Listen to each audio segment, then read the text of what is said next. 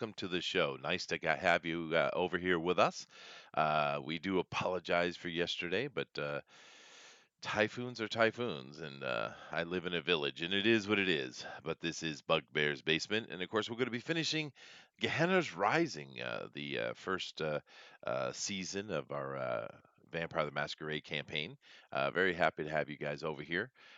Do keep in mind all our links down below. Please check them out, and also if you guys could hit that share button for us, and let everybody know what we're doing, so they come over here and join us. But I was just sitting here talking to Dinale that it'd probably be better for me maybe if I went and bit the bullet and went and bought one of those APC units to put on my computer, and at least I don't know how much time they give you, but it's like at least an hour or so of backup battery time for your computer. I'm not really sure how much time they offer, but it's got to be at least an hour, right? Anybody know? Mm, no, not really. De- But Depends somewhat on the computer as well. I'd I yeah. kind imagine. of, kind of spaced out. That's okay. But no, it's I think I should think about doing that because every time I have a typhoon come through here, which we get many, right? I live in Japan, and every time they come through, I lose power. It's like automatic. So I mean, I should probably think about doing that. I don't even know how much they are. I'll have to go research it, but that might be helpful. Um, uh, anyway, I'm looking at my chat and I'm seeing strange interaction going on here. Is there something going on? No, it's streaming live. It's fine. Hmm. No, I didn't put out the tweet because it was showing my thing from not the tweet, the Facebook because it was showing my thing from yesterday. I guess I'll put it out anyway. Hold on a second. Join Yeah. us. A exclamation mark. All right, let's see how that goes. Chester, Yeah. it says Typhoon Cast. It doesn't say Bugbear's Basement. Yeah, I'm sorry. Anyway, how I you threw guys that. doing today though? Well, up until I just had that, I boomered hard on my stream, man. It was one of those streams where you're just like, I'm just screwing up everything, so we're just gonna end it. Oh, really? But other than that, it's a good day, man.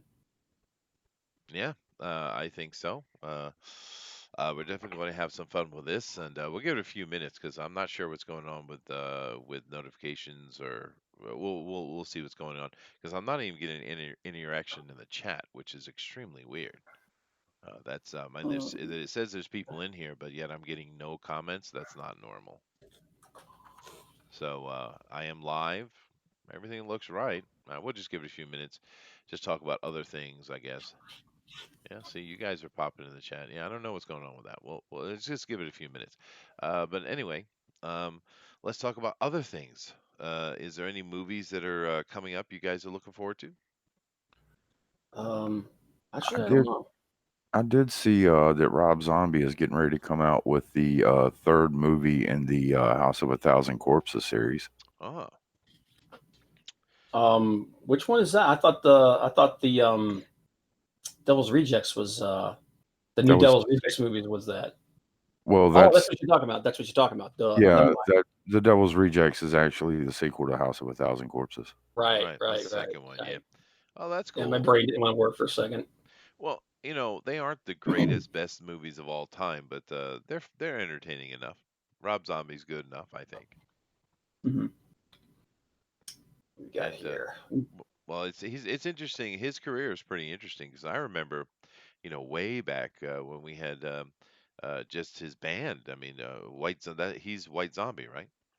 Oh Yes. yeah, Yeah, yeah. but And he became something more than that. It's pretty interesting, actually. yeah, He's a freakoid for damn sure. I love. Uh, I really liked White Zombie, but yeah. yeah. Did you guys ever read those books, the scary stories that tell in the dark? No, no.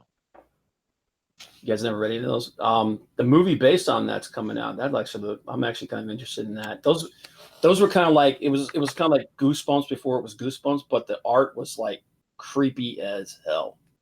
No, I see. It was like really scary. It was scary stories for children, but they were actually meant to be scary.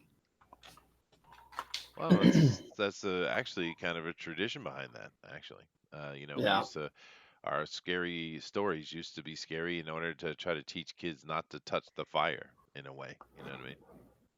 Yeah. But And everything's there's become so sanitized these days. oh yeah, but there was that Ready or Not that looked kind of cool. I don't know. I'm not. I don't think I don't know if I'm going to go see this at the theater, but I'll definitely watch it later. But that's the one with the lady who's getting married, and then she has to play a game with her husband's her husband to be's family, and it's basically they're going to hunt her down and kill her. Oh wow. It looks like kind of like a dark comedy kind of thing. No, sure. Like I married an axe murderer or something like that, like the Mike Myers movie. Um, it's more like Clue meets uh like Battle Royale. It's Oh, I like see. they're literally running around and killing like they're like killing people and killing each other, trying to kill her. Well, we saw a movie that Clue jumped in our head big time. We actually got a copyright struck on that one. What is that Chris Evans movie?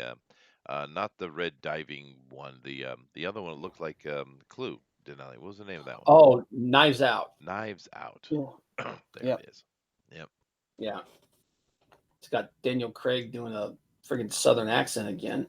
It's just one of the weirdest things that come out of that guy. I tell you what, though, that trailer didn't inspire me at all. No.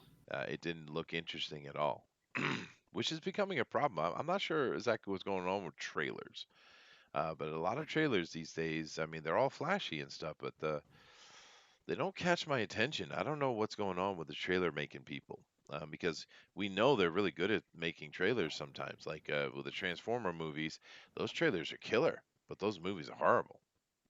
But something's going Yeah. on because we try to watch every trailer we can on our show here, and it hasn't been many inspiring us lately. Yeah, it's I don't know. It might have something to do with that sanitization thing that you were talking about. It's Maybe. this can't put the good stuff in there because it'll offend people. Mm, But possibly. then again, then I see a trailer for like that movie Jojo Rabbit, and I'm like, oh well, these people apparently didn't care. That's did you guys see the trailer for that? No, no, I haven't. It's a comedy about the Hitler Youth. Okay. Yeah, it's yeah, you definitely got to take a look at that. It's funny. It's a dark comedy. I think the reason why it got past it is because they kind of marketed it as a an independent film, and it's like it's like it's on the film festival circuit right now. Hmm. So it kind of avoided that the whole outrage mob. Oh, I But see. it looks pretty freaking funny, man. Um, Well, it's let just me. yeah, pull it up. I am. I'm going to pull this up here. Yes. No. Thank you. Why can't I? How do I get rid of this, Denelli? I like that. Oh, that didn't help. I should be able to get rid of this. Hold on a second. It doesn't like my ad blocker. Won't let me get around it. Well, there's more than one way to skin a cat. Yep. You can't beat me. I'll just do this then, even though I hate doing this, but I'm going to do it. No, no Microsoft. Bad Microsoft.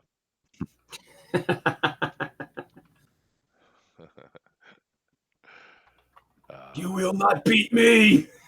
no, I don't know if you guys know me really well, but I do not accept defeat. Here we go. So let's see here. Trailers. Let's just kind of walk through this a little bit. And actually, let me come over and share with you guys so you can see, because I am showing it to the folks, but I'll share it with you too. Just here for a little bit while we kind of kill some time.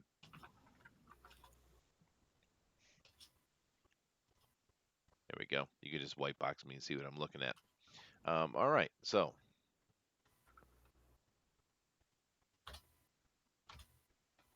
I brought this one up, right?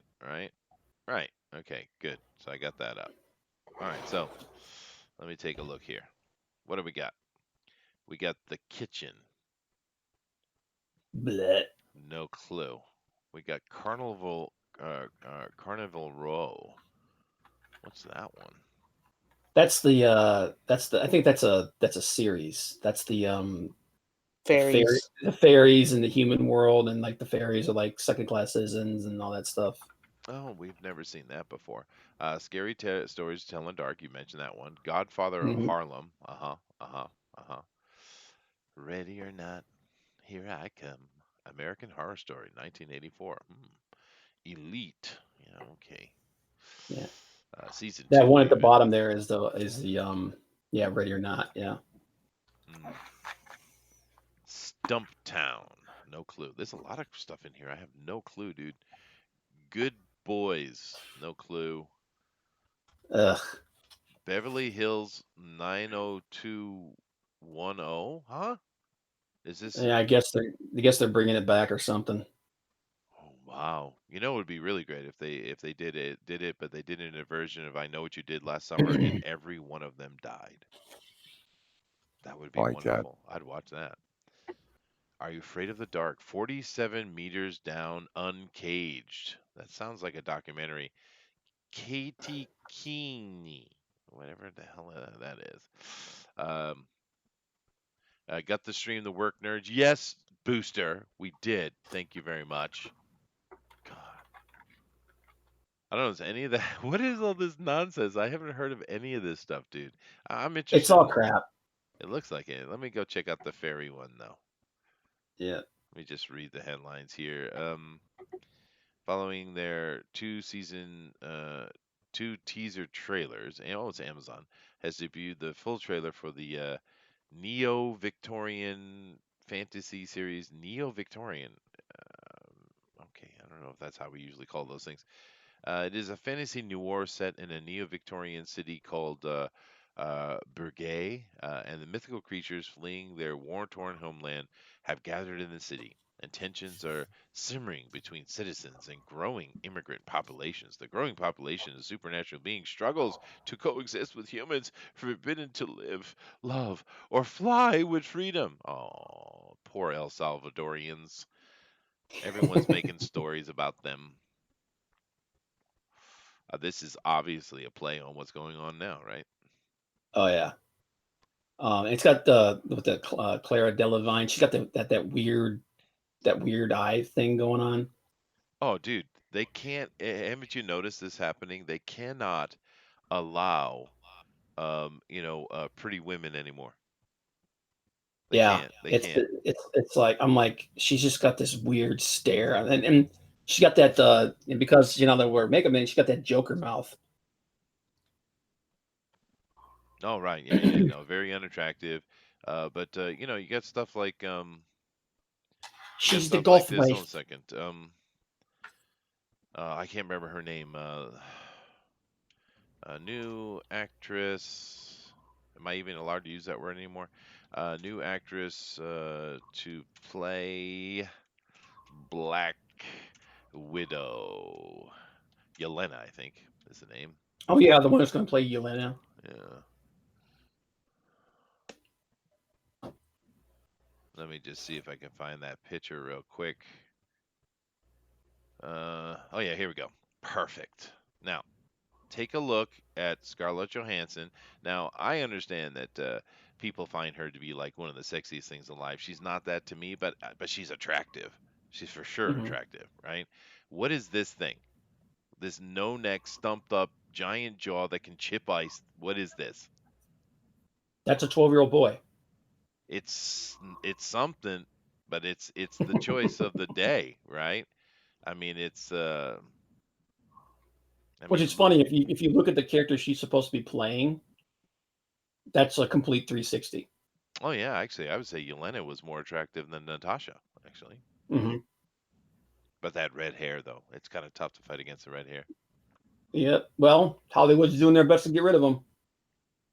Yeah, but look at this. This very short woman, because she's got that little woman body, right?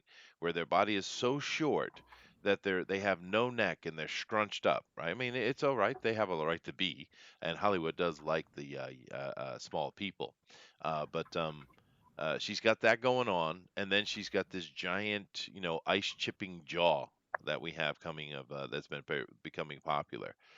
It's a very unattractive female, dude.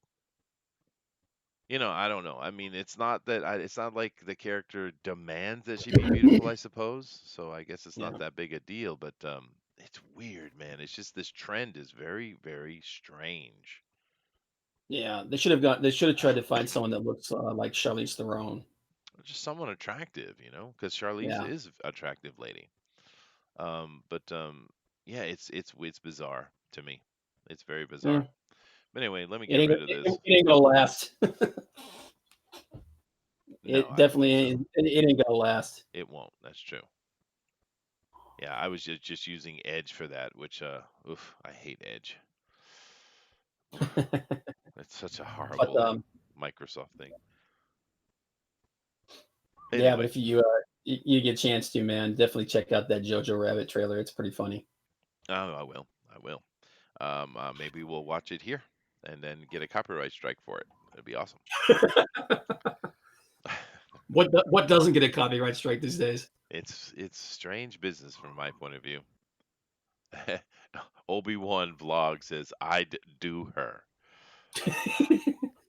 Thanks, Obi-Wan. I just had this flash coming. You remember that old meme before there were memes, where I forget where it was from, but you had the D&D guys, and one guy get up and he was going to the refrigerator to get his Mountain Dew, and Oh yeah, the DMS go, "Well, what are you gonna do? It's a dark room." Because he made asked everyone to make a perception roll or something like that. Because of course, as a player, you know something's happening, right?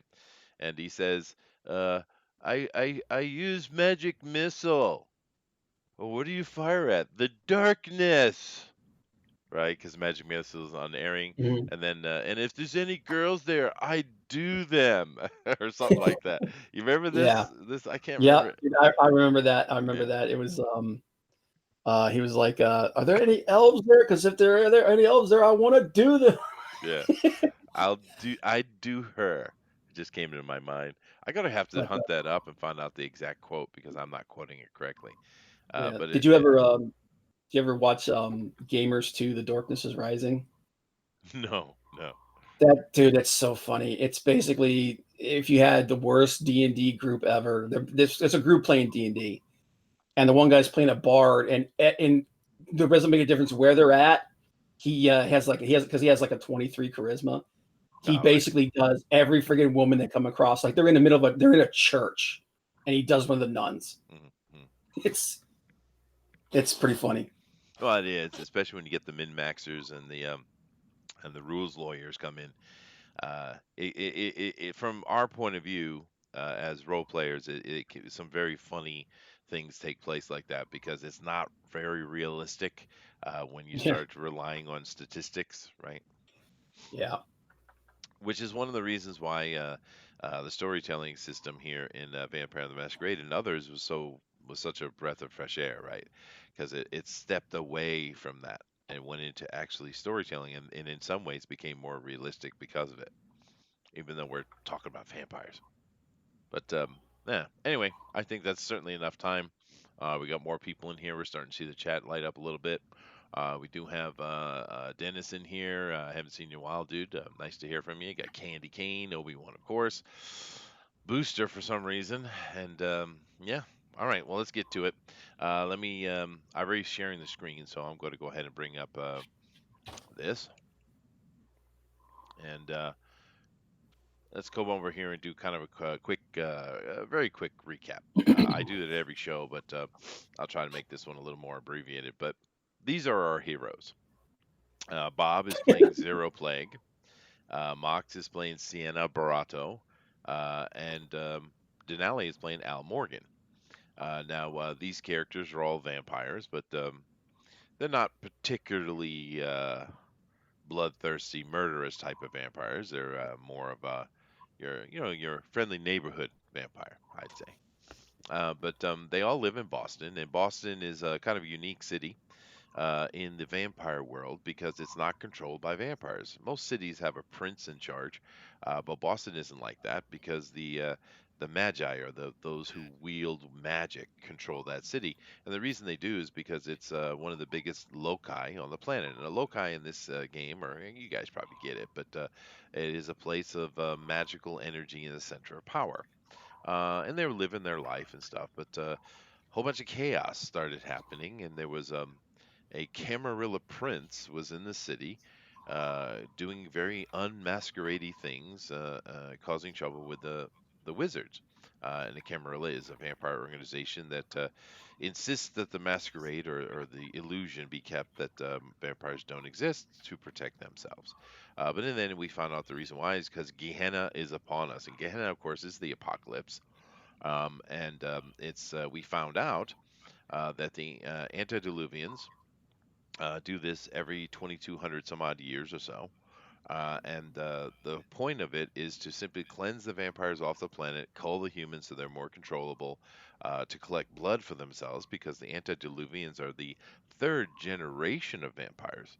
But they actually live in the deep, deep Umbra. Now, I've mentioned this many times with the Umbra, but do keep in mind in this world, in this cosmology of this storyline here, the Umbra is everything from limbo to heaven to hell. It's simply an otherly dimension, and there's many layers of it.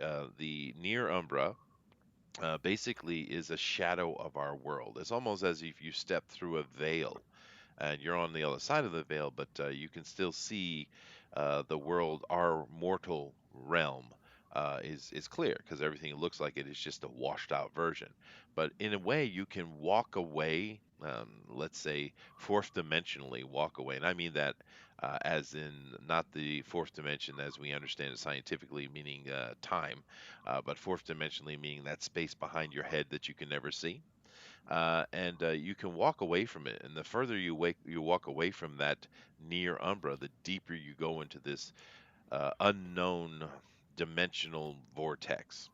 And these guys been dealing with the deep umbra, and in some cases beyond that, even whatever that means. And of course, the reason for this is the antediluvians live here to keep themselves safe, and they live the 2 millennia out in there. They only come back when they want to collect blood and do whatever it is they're supposedly doing, which we don't really 100% know, actually. But one of the things that's going on with this group is the prince, who's with the Camarilla. They are trying to traditionally fight against the antediluvians and stop them from using the loci, and it's a there's a war going on, right? The apocalypse. But these guys were given Plan B, and Plan B is very simple: wake up Cain. Now, Cain in this universe is the creator of all vampires. He's the first vampire. His mark, the mark of Cain. And But he was imprisoned by the antediluvians 30,000 some years ago, and to wake him up, maybe he can help fight against the antediluvians. Now, along the way, they needed to get 4 keys. And the keys they found, which was interesting because Eagle 43 figured it out pretty early, huh, Dinale? That they're Cain's wives, his previous Mm-hmm. wives. And so they've collected all 4 of these wives to use as a key, but they did find some interesting things. They found the werewolves started helping them because, well, their future is in peril as well, right? And they've also found and made allies with demons, which is odd. And of course, we came to find out that these demons are just another word for male anarch. An angel is a female anarch, which is interesting unto itself.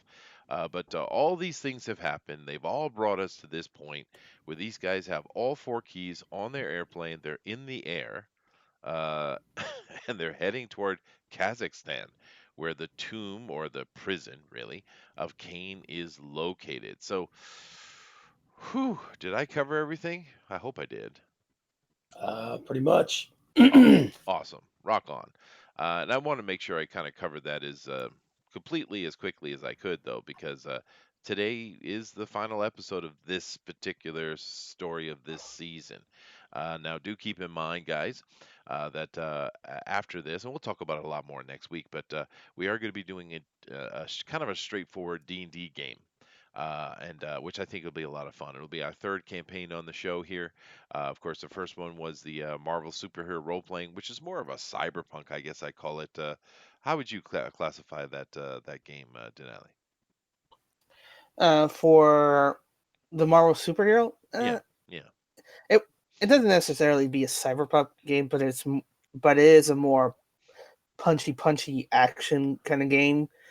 Even more streamlined than Dungeons and Dragons. It just really depends on the dungeon master or game master yeah, how sure. what setting it goes. Well, So I meant our setting. Our yeah, setting was our setting and our setting is more cyberpunk yeah. s. So we had that. We had a kind of a modern day traditional vampire game here. So I wanted to do the D&D, kind of straight up D&D. Sounds like fun, and it's good for me because with the Marvel game, the system is so simple and streamlined. I know all those rules, so but it's very streamlined, right? This system is a little more complicated here with Vampire, but and I know the rules. I just haven't really run it in a long time, but I have guys here that know the rules really well, so I have support. But with the D&D thing, I mean, those are all. I have every rule in my head completely. I am the ultra nerd, the ultra D&D nerd. So uh, you know, that will be fun. But nevertheless, that's where we are, guys. So what I'm going to do now is I'm going to turn it over to our players, and I'm just going to follow their lead. You guys have just gotten into the air. You know the demons were heading to the west toward Perth. You have the Chamberlain who is with you. He's that bureaucrat guy. He's your liaison because you guys did make a contract, a blood contract, with the demons. So he is your liaison. You have 4 keys on your plane, ranging from a little Neanderthal girl who's kind of lost and doesn't know where the hell she is, all the way up to Lilith and the angel Gabriel. So go ahead. Okay, so the way I see it, we have two choices here. We can continue with this, go wake up Kane, hope to God he doesn't murder us on the spot, and that he takes care of business the way that the Ventru thinks he will. Or we can contact our new demon friends and see if, because remember they said that they could take out the antediluvians themselves, or at least that's what they claimed. So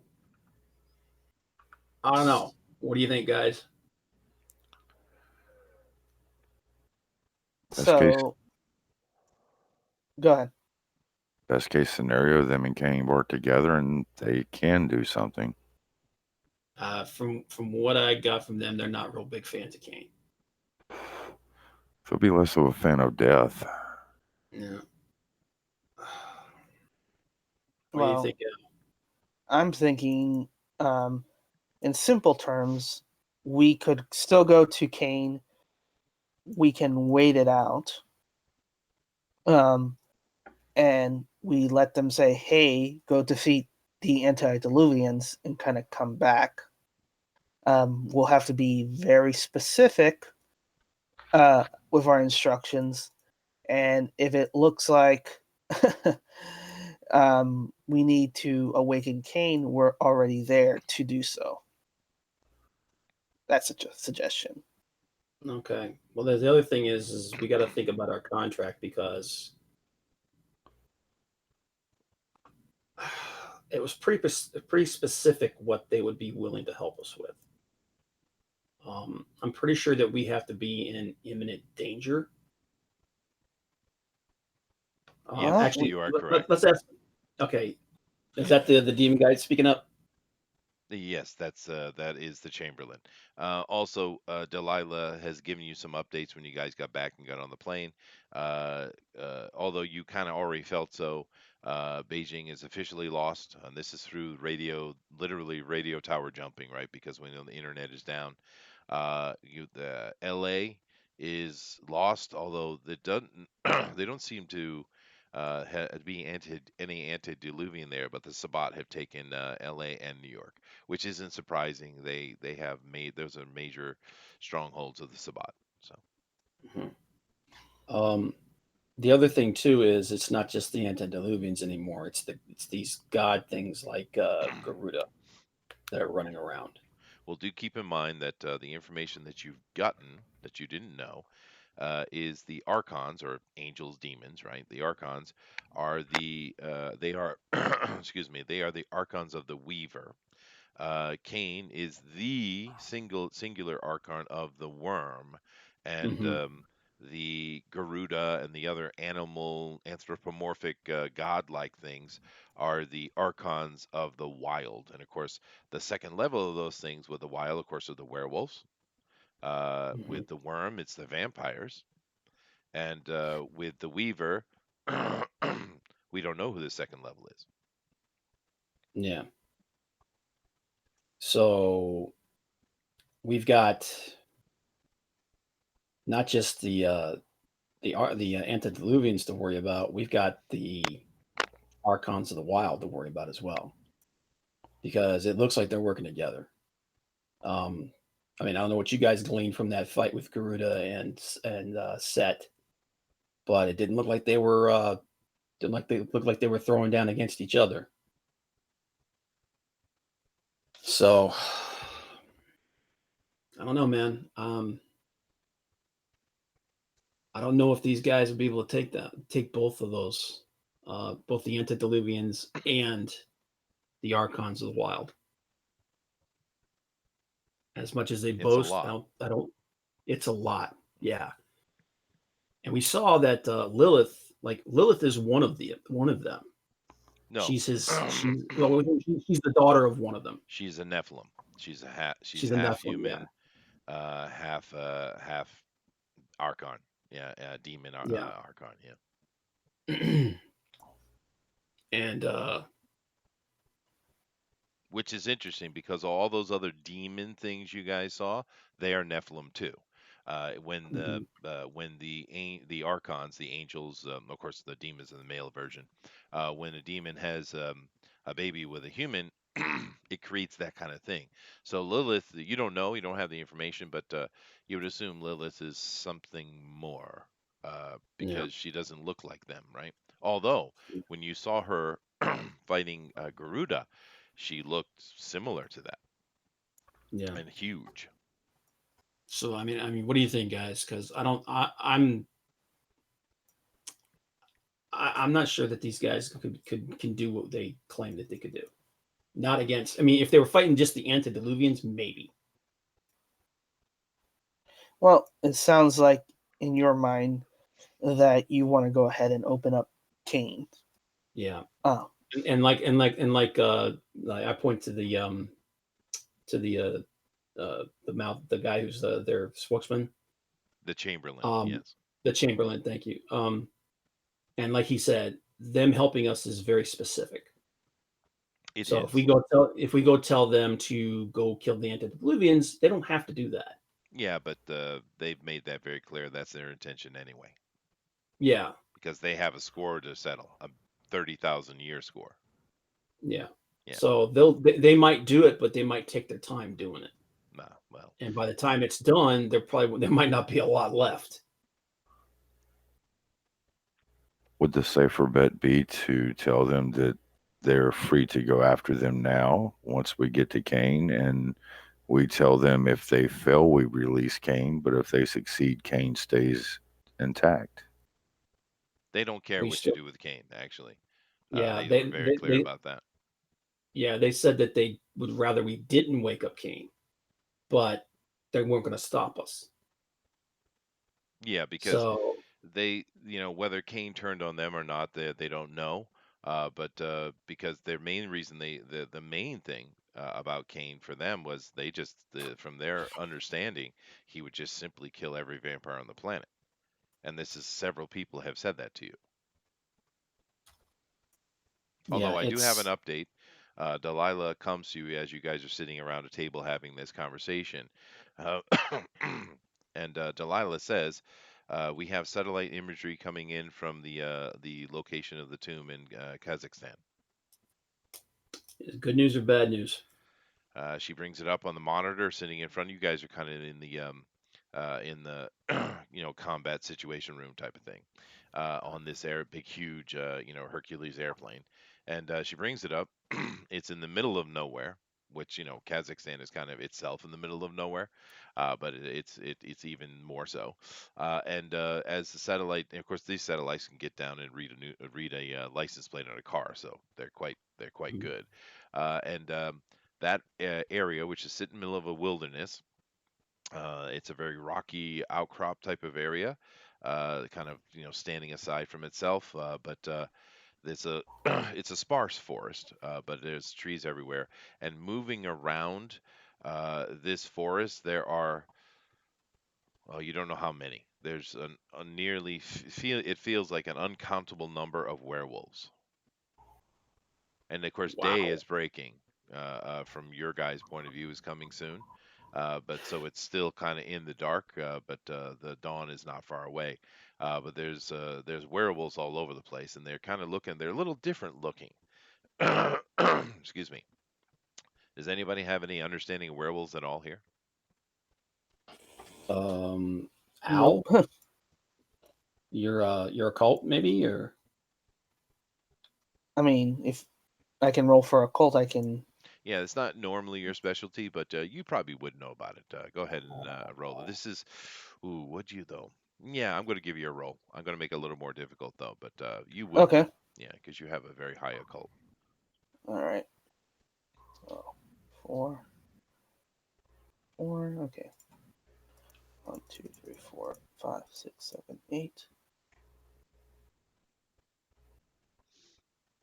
9, 2, 9, 9, 2, 5, 7, 5. Okay.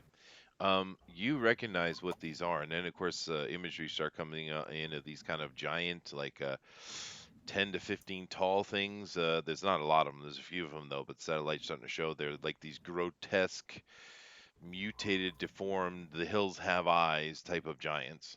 And you don't know what the hell those things are, but the werewolves, you recognize what they are, Denali. They are black spiral dancers. And by the number, it might well be all of them. oh boy. Well, Okay. Do I need to crap. explain what a black spiral dancer is, or maybe Bob can? Black spiral dancers are werewolves that have been corrupted by the worm. They are they're nasty. They're very They're nasty. Yeah, they're basically pretty much insane as well. They're kind of the I guess you could almost kind of call them the Sabbat of the werewolves. Yeah, that's what The they are. That's a that's pretty much scary what they are. thing. Yeah, that's a scary freaking thought. It is, and like I said, Um, it's probably all of them. Do you want to take a guess, Al or Bob, as to what the giant things are? The grotesque um, mutations? Possibly Fomori. There you go. Very good. Eesh. There's not It's a a whole lot lot of of them, death. though. Yeah, well, that's a whole lot of death waiting down there. A Yeah. whole lot of death. Yeah, it's completely surrounded. By the way, you don't know how you get in there because it's hard to count. It's a satellite picture, but there could be hundreds, there could be thousands. They're just literally crawling across the landscape, in encircling the site. It's a point of egress is difficult.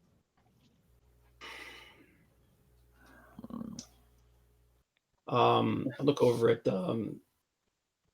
Lilith and Gabrielle. I mean, Hmm. so you two think you could take all these things out? They kind of look at each other and possibly. Okay, so there's one option. We can go scorched earth and hope Or to God can we can hope that we can actually scorch the earth. Um, or maybe we can teleport. Lilith is a teleporter. yeah. That's right. Lilith, have you ever been to Kane's resting place? She says, didn't know where it was. You didn't know where it was. Could you take us there? Sure. Okay. All right. So getting there isn't going to be the problem. It's just once we're there, what are these things going to descend on us? Well, they're right now encircling it, and the the center area that's like, let's say 100, about 80 meters diameter. They're not entering. They're on the outside. Okay. They're skirting this kind of football field length area, where, of course, is right in the middle of that is where the tomb is supposed to be. So Okay. So it's a possibility that they can't go in, or they're afraid to. All right. What do you guys think? Well, let me see. I have the mere common sense here, and I'm throwing that out to our storyteller to see what would the common sense be. Is common sense telling me not to go there at any cost? Because that's what common sense is telling me. I love But how I want to people ask verify. I love how people ask the dungeon master what their common sense is. I love that. Yeah, Yeah. yeah, and I wouldn't trust my answer, my opinion on that if I were you. Yeah. Common sense says go find a place to hide and hope you don't die, knowing that of course you would. I'd say, guess what common Yeah. sense says. Yeah. Well, sun's about to come up. Yeah, you guys you can't get back to this for another, you know, 14 hours or so anyway. But you're in the air, and you're coming from Australia, so it's going to take time anyway. It's a good, what, I don't know, 10, 12-hour flight, right? Yeah. But Mhm. And of course, so you guys go to rest and stuff, but we just kind of pass that. Being vampires, they can't really move around during the day hardly. They're oppressed by the light itself. So the sunlight time is just past anyway. So it doesn't really matter. But yeah, I just need to know what kind of decisions you guys are gonna make, what you want to do, what's your play. Okay. I my brain's telling me let's pour it in there, get inside this thing. Hopefully they won't notice us since we're basically popping in there, and see if we can't get in there and get to this thing without them dogpiling all hell all over us.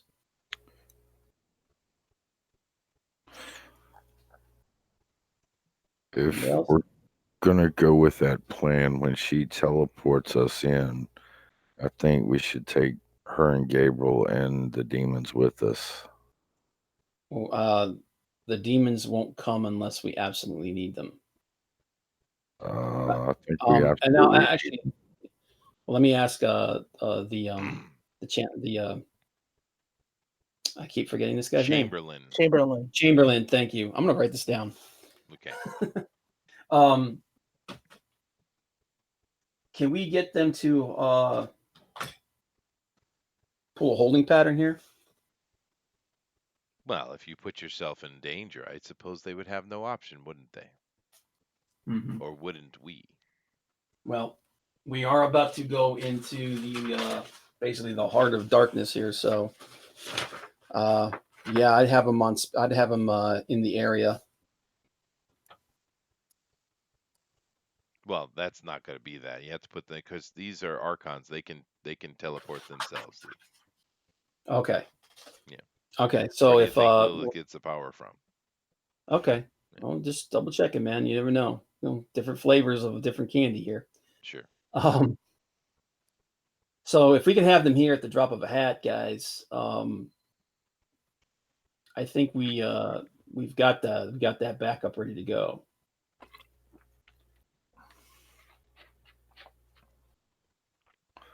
All right. Sounds good. Sounds good. Let's Sienna, do it. what are you thinking? I would make them go with us. You want to make them go with us? Better to have them with us than a You thousand can't. of You're these things misunderstanding suddenly. what I'm saying. You cannot make them go with you. You Oh, cannot. Right. What the okay. Chamberlain is suggesting, he's being coy. What he's suggesting is that if you put yourself in mortal danger, they are forced to come to protect you. Therefore, you Yeah. can force their hand, is what he's saying. Now, You what we Gotcha. can't, cannot make them do anything, dude. You cannot. yeah. Okay. So what we can do is we could literally just walk down there in front of these things, and they'll come here and wipe them out.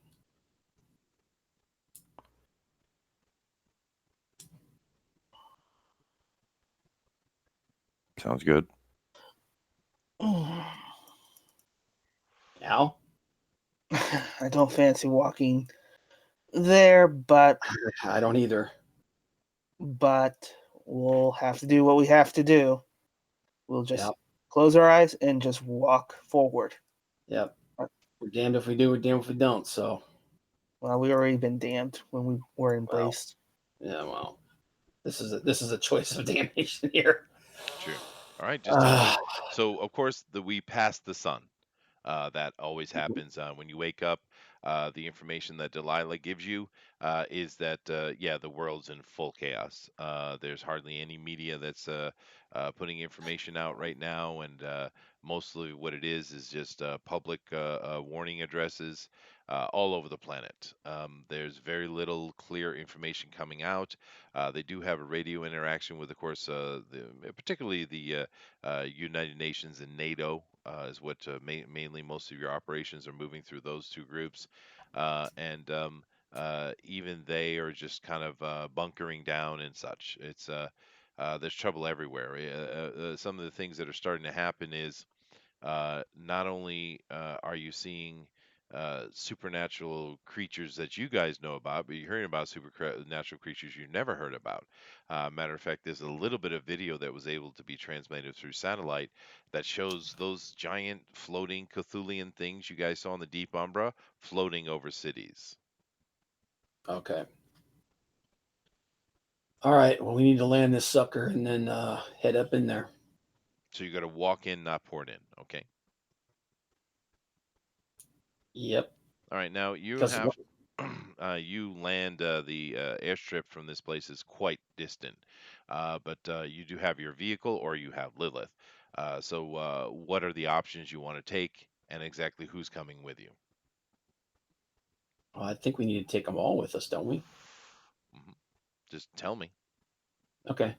Guys, any objection to taking all 4 keys with us?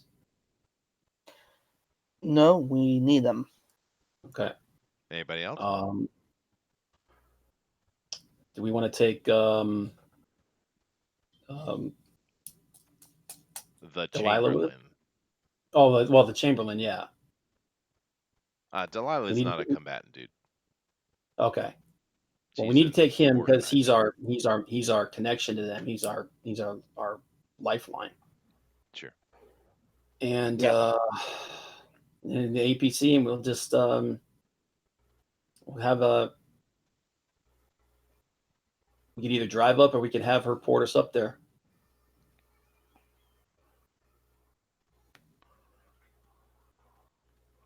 Well, if Well, we're make a taking the decision. Tell me APC, what you're doing. Come on, guys. That's what I'm, taking the APC, we're better to teleport in because they're going to hear us coming from a mile away anyway. yeah. Okay, that's the plan then. All And right. we'll have Lilith teleport the APC right up to him.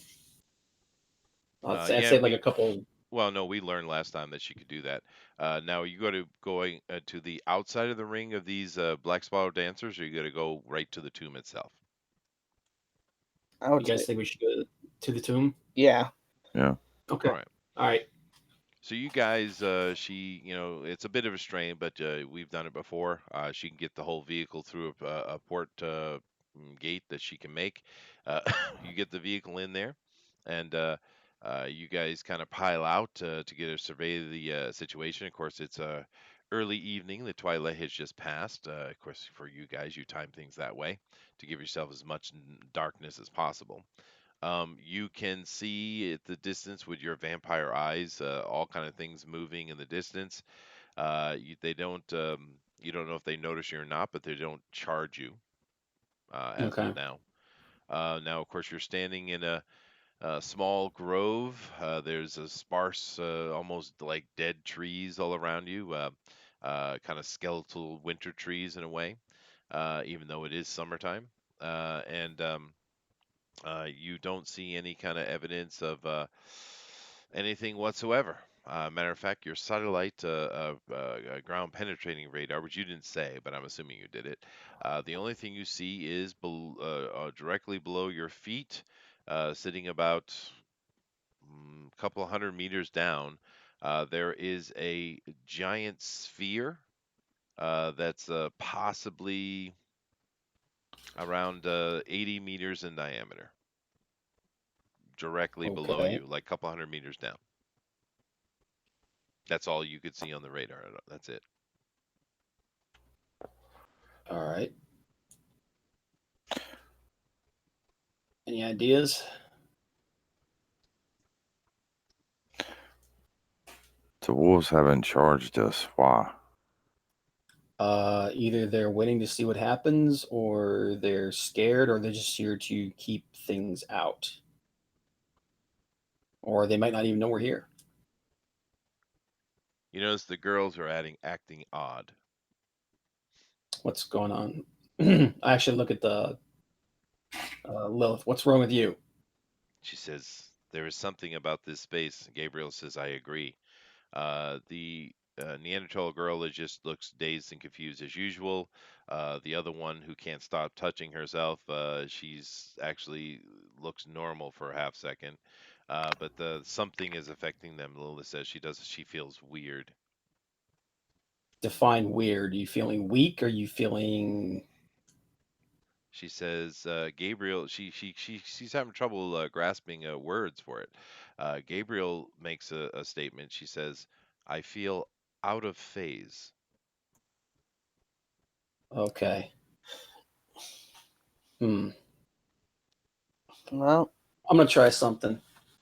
hmm Okay. All of these things that we've done, they're all four-dimensional puzzles, basically. All these places. Let me try and draw one of those. Let me try to draw it on the friggin' ground here and see what happens. Okay, you have three, you have Um, four codes. Excuse me, three codes from before, because the first place was was in a way a broken gate, right? The first mhm. one. But you try them and nothing happens. Okay.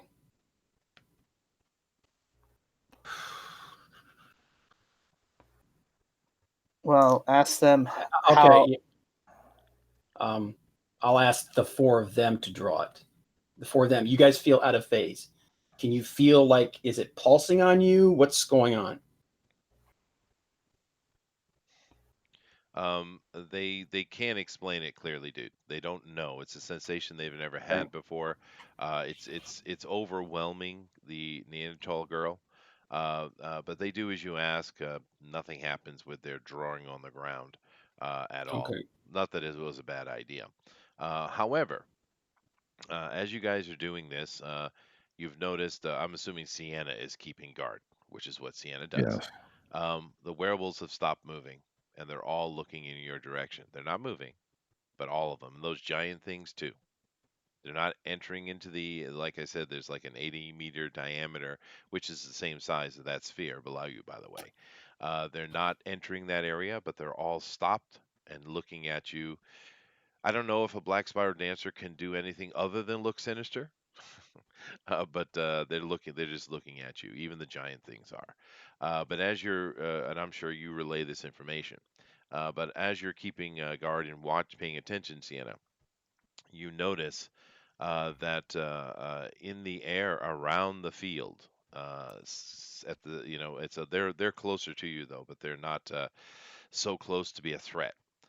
You see. Uh, you don't know exactly who they are, but you see vampires popping in that all of them are floating in the air. They're about 60 feet in the air, 50 feet in the air or so, and they're just floating there. They're popping in, right? And they're all quite.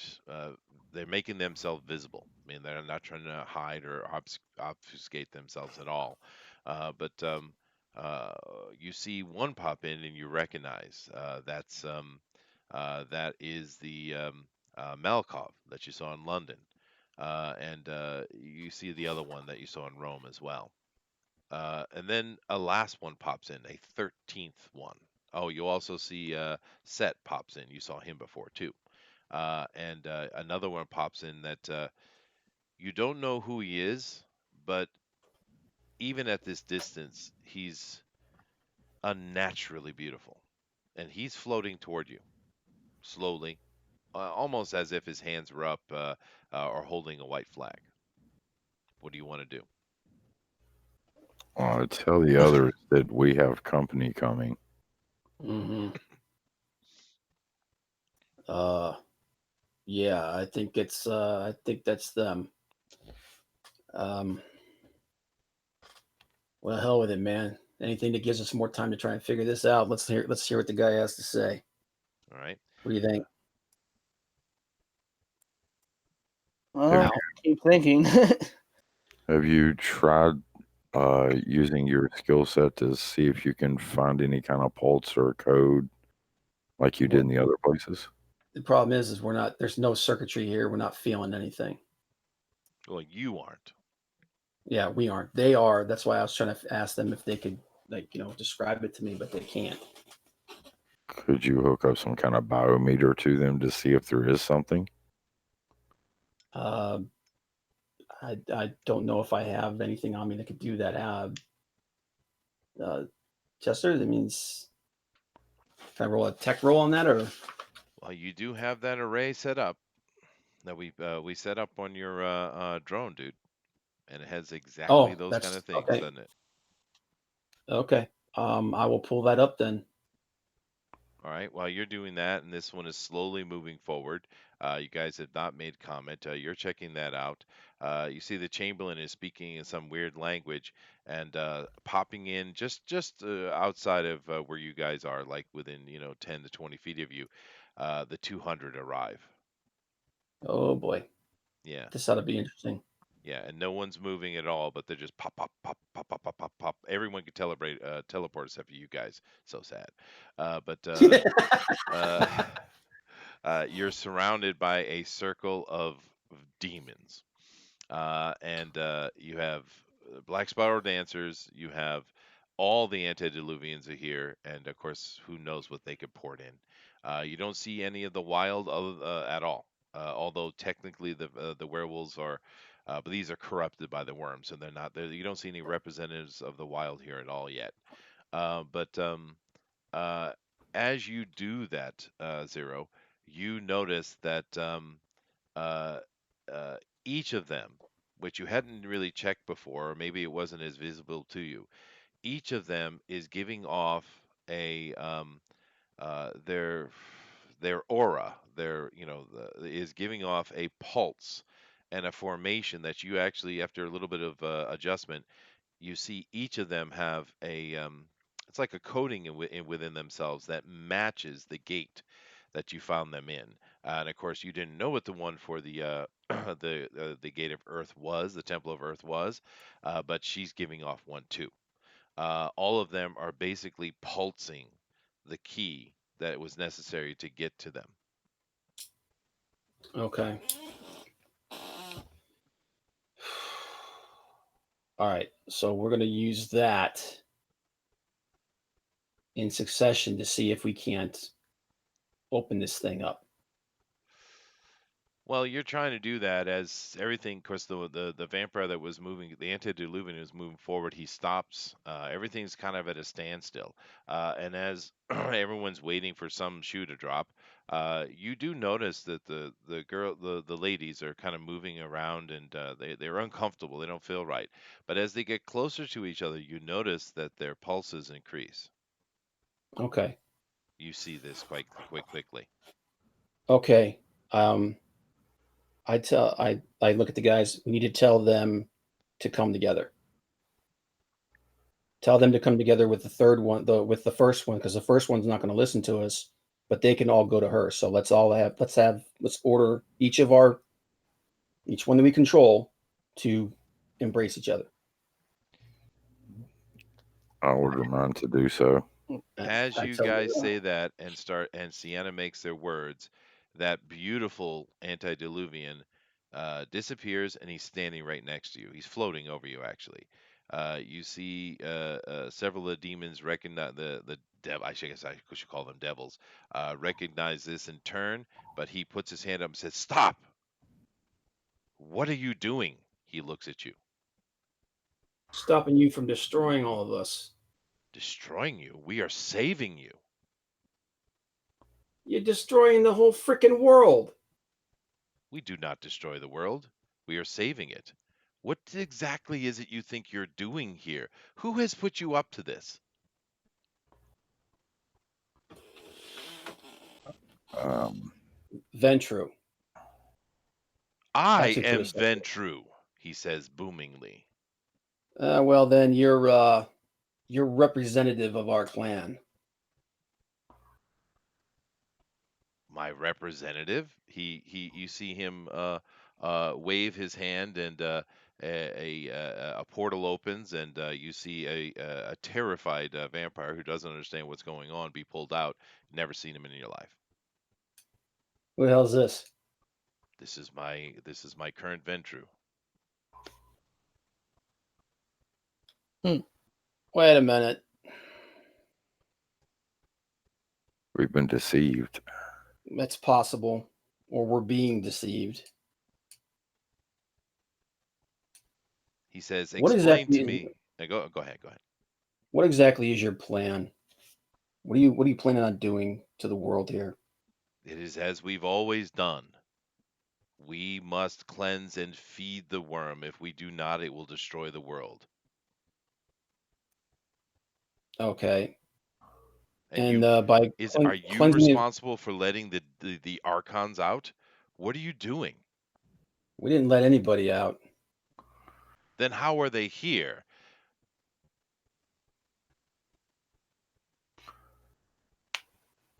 Uh, I'm confused. Al, help me out here, man. I'm losing the beat here. All right. So this gentleman right here saying he's the Ventru, and Lucius, and I'm saying the prince name because it's been a while. It's the one who brought us in task for this, saying that you're holding all the humans, you're wiping out the vampires, and then you restart the cycle again. You notice Samyaza has come up and floated next to him. He hasn't said anything, but he's sitting and listening. He is amongst you. You're asking Ventru this question. He seems confused himself, actually. And the air, you could cut the tension with a knife around this place, right? And he says, I guess I must explain. And this is what he says to you. He says, long ago, their creator, Cain, uh, uh, tried with them, by the way. I'm abbreviating it here because I don't want to get into a long soliloquy. But he says that with them, tried to steal the power of their master, the worm, and take over. And in doing so, he drove the worm insane, causing the worm to attack the weaver and the wild, for that matter, everything. And they had no choice but to imprison their leader because he had become the worm himself. And if they did not lock him in underneath this gate that they have here, this prison, uh, it would have been the end of everything. And in order to keep him underground, we must feed him. This is our cycle. We are collecting the blood by no choice of our own. We must keep him fed. If we do not, then he will rise again and it will be the oblivion of all reality. So we have to die for that to happen? We all make our sacrifices. He looks at you. Yeah. No, thank you. And of course, as he says, he goes through this explanation, and everyone's quiet and listens, including Samyaza. But as soon as he finishes, Samyaza says, "Lie. You're going to trust an antediluvian traitor, betrayer." He's got a point. I'm talking to Venture. I'm pointing to Samyaza. He's got a point. I mean, I pointed at Malkav. Why didn't he say anything about this from the beginning? He appeared to us after we got the first key. He could have explained this whole thing away right there. No, he didn't. What are you talking about? Yeah, he did. Remember, Oh, he Malcolm. Yeah. Malkav. He could have stopped this whole thing right then and there. Now all of a sudden, you guys want to talk? You do realize Malkav is insane, right?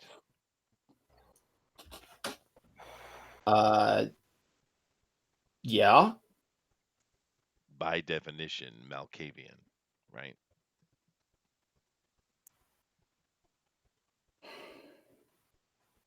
Now you understand this extremely powerful being that's standing in front of you. He is bewildered, but he's also acting very diplomatically. He's not threatening in any way. No one is threatening in any way, even though there's a extreme Mexican standoff going on in this situation. Mm-hmm.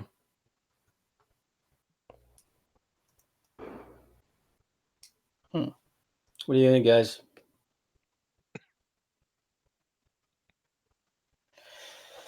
Well, we have three. What do we have? Two conflicting stories. Either one, the prince that sent us is on this merit quest is lying, or two, he's telling the truth, but a version of the truth, or two, or the Ventru here is lying, or three, the Ventru is telling half the truth and not the whole truth. Well, as you guys sit here and discuss and try to think what to do, you literally hear the scream of an eagle as the giant form of Garuda comes screaming in from above you guys into this center. And you also see other very large animal types converging on this, whether by land or by air. They come in hot and real fast and angry, and as they do, everything just kicks off. The Black Spiral dancers attack because it seems they were guarding the area, which you might want to take that information into account. You see the 200 and their legions dive into them as well. You even see Ventru throws his hand up into like a kind of like a bubble surrounds you and you guys in your area, a shield, as Garuda comes in and bounces off because he came out of nowhere, super hot. And he bounces off the shield and kind of scrapes back up into the air, gaining his the wind under his wings. But this whole scene just jumped off. The Archons of the Wild have arrived, and there's a full-on war happening around you. You guys are protected by a battle. Inside of this bubble is Ventru, Samyaza, you guys, and the keys, as well as the Chamberlain. And that's it. What are you guys going to do? Exactly what is it you have to do to keep him under wraps? Oh, by the way, guys, I look at I turn around and I look at Lilith. I say, back off until I tell you to. Don't come together. They already are, dude. Yeah. Oh, they already are? Okay. All right. I look at Venture. Exactly what is it you have to do to keep him down there? As we always do, we must collect blood at every zodiacal cycle, and we must feed it to him. How much? All of it. Everybody, every single being on this planet. No, just the vampires. Just the vampires. Except for ourselves, of course, but we are necessary to keep the chain going. Right. And what happens if you don't feed him everybody? He will rise.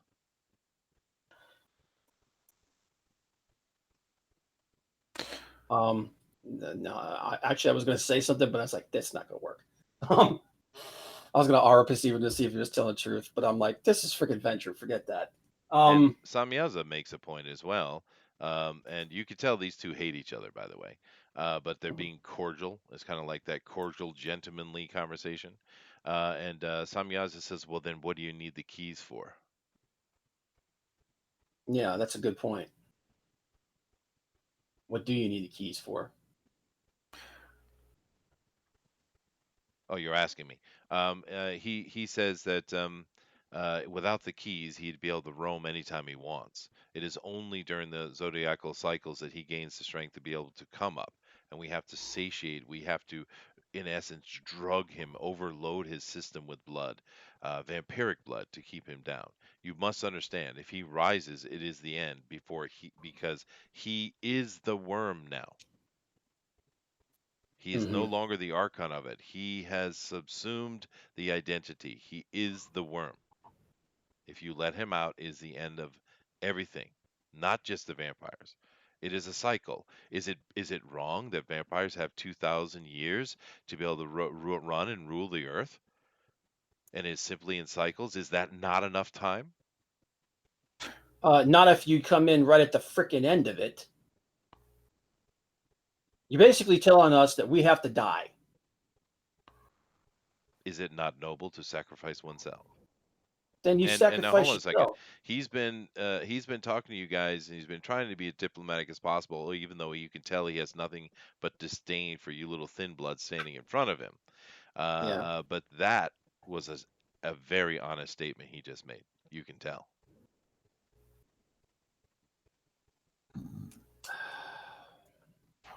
I don't want to die. Yeah. Well, I mean, you guys got to make a decision because No, this shield I'm is. telling Venture. I'm telling Venture this. I don't want to die. So what do we do here?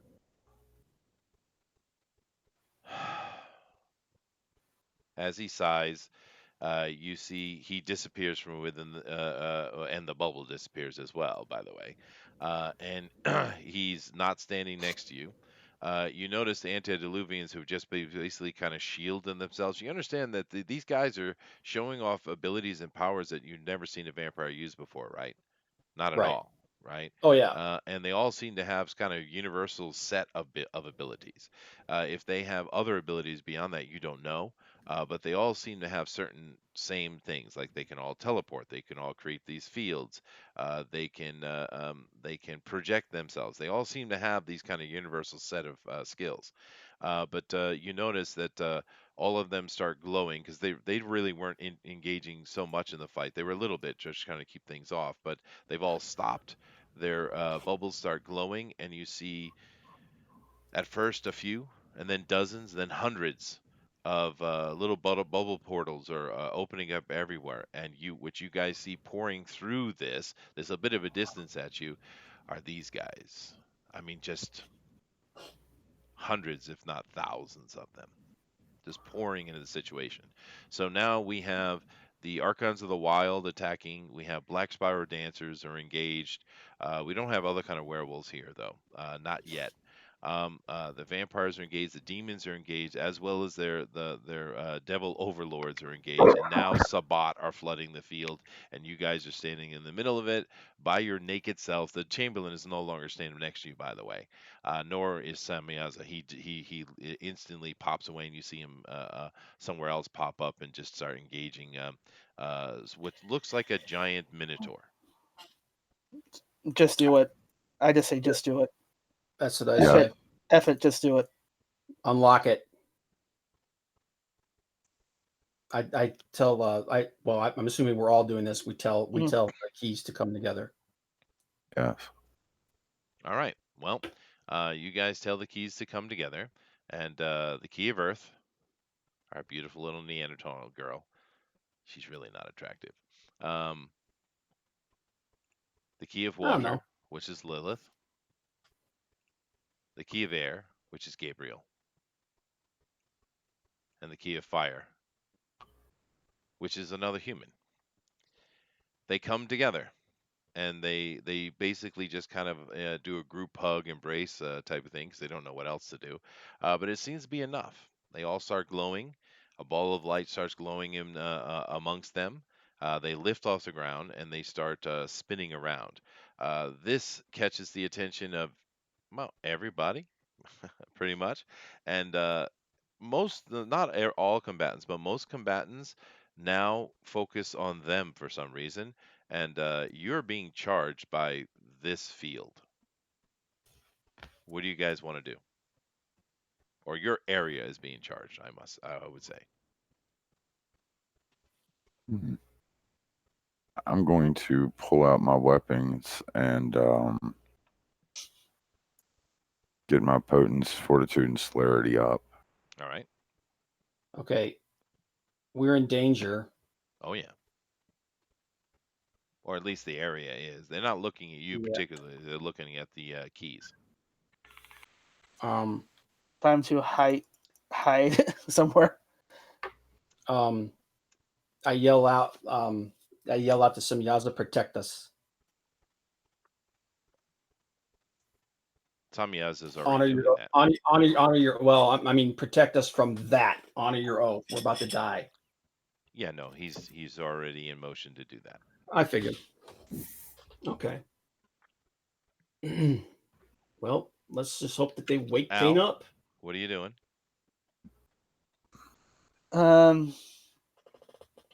I throw a huge shout. I don't know. There's nothing else to do. I'm just gonna stand there, look stoic. If this is our last stand, this is our last stand. All right. Now, the first one it actually gets to you is actually Garuda, who had ripped off the battle it was having with some of the Watchers. You know, the 200, Mhm. and it moves over quickly, and as it arrives, it goes into that kind of anthropomorphic form. Where you guys saw before, it was like this giant kind of eagle thing.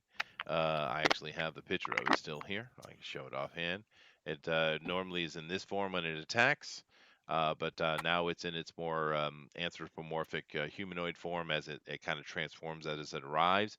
And it's just this gigantic fist just smashes into your area. You're sure you're going to die. But it bounces off a shield. The light energy that the keys are creating is a shield around it. Everything starts hammering into it. You guys are being onslaughted on all sides, but you're safe next to the keys. So good move. No one left the keys. Well, I expect that one of you were peeled off and ended up getting wasted. Almost said as told what's his name to teleport us away from here, but okay. Yeah, at this point I'm just kind of like waiting for the end. Either this thing's going to sort itself out or it's the end. There is a giant pulse, which literally throws the entire field back and on its feet. Other than you guys are fine. But that kind of energy shield that is surrounding you from being made by the keys. The keys behind you start screaming in pain, and you notice as you kind of look back because your focus was elsewhere. But as you look back, you notice the keys are starting to meld and fuse with each other. Well, that's gross. It is gross, actually, and they're out of their mind with pain, and and they're almost insane. Although Lilith looks down at you, and she has a moment of clarity, and she says, "Run." Oh, I'm gone. Yep. Burning celerity. Al doesn't have celerity, does he? No, Okay. unfortunately. I point to Al. I say, stand up, get him, and then burn celerity, and we just start running. Give me dexterity rolls, please. Okay. Dexter, Not you, with Al. You're on athletics. somebody's shoulder. On these okay. other guys. Okay. Because I'm not strong enough to carry you. Ugh, dexterity. Ugh. Ah. That's not exactly great. If you have acrobatics or athletics, you can add that to the roll.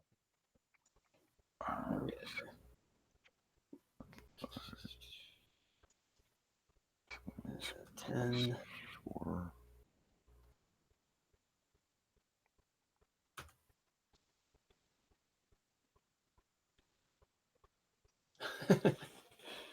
I got 1 9. I got a 2 and a 9. All right. I caught 2 10s, a 9, 2 7s, 8, and a 3. Jeez, I should have had you carry me too. All right. You are fine, Sienna. Well, you're not fine, but you're clear. Zero. This is what happens. A big pulse goes off. A lot of the kind of smaller ones in the area literally vaporize. Right. There's like a light pulse happens. The big boys take some damage, get knocked down. It's only with like a 50-meter uh, or a 25 meter radius around it, is this big time of damage is happening. And Zero, you have your armor on. Hmm. Okay. Your armor is gone, and you take 5 points of lethal damage. Oof. Ouch. You're literally naked and charred on the field. You see this happen in Sienna. Now, Sienna, you get knocked. You actually are able to stay on your feet, although it does jar you. Your armor is, and as well as Al, your armor is badly damaged, although it's still on you because you got out of the main blast radius. But Zero is literally a charred, squirming thing on the ground behind you. Oh, Ouch. Yeah, I'm at mauled. Yes, he's in a very bad state. Yeah. am I able to stop and grab him and run with the both of them? You could go back with your potents on. You could do that. Yeah. Okay, I'm gonna grab him as well. Okay. Now you're focused on that effort, and you get him up. You're trying to be quick about it. Of course, you have your celerity. You put him on his shoulder. You're starting to move. But as you're doing this, give me your perception roll, please. Perception roll to the two. Shit. Okay. You get and you actually are running, and you see there's combatants, but you're focusing on escaping, getting out, getting away, getting away. You get Uh, yourself to about 50 meters away or more. Away from the situation, toward the edge of the sphere, I'd say about 80 meters. And Al, Mhm. you've been jarred around back and forth here, and the celerity, you're not used to it, right? So it kind of disorients you a little bit.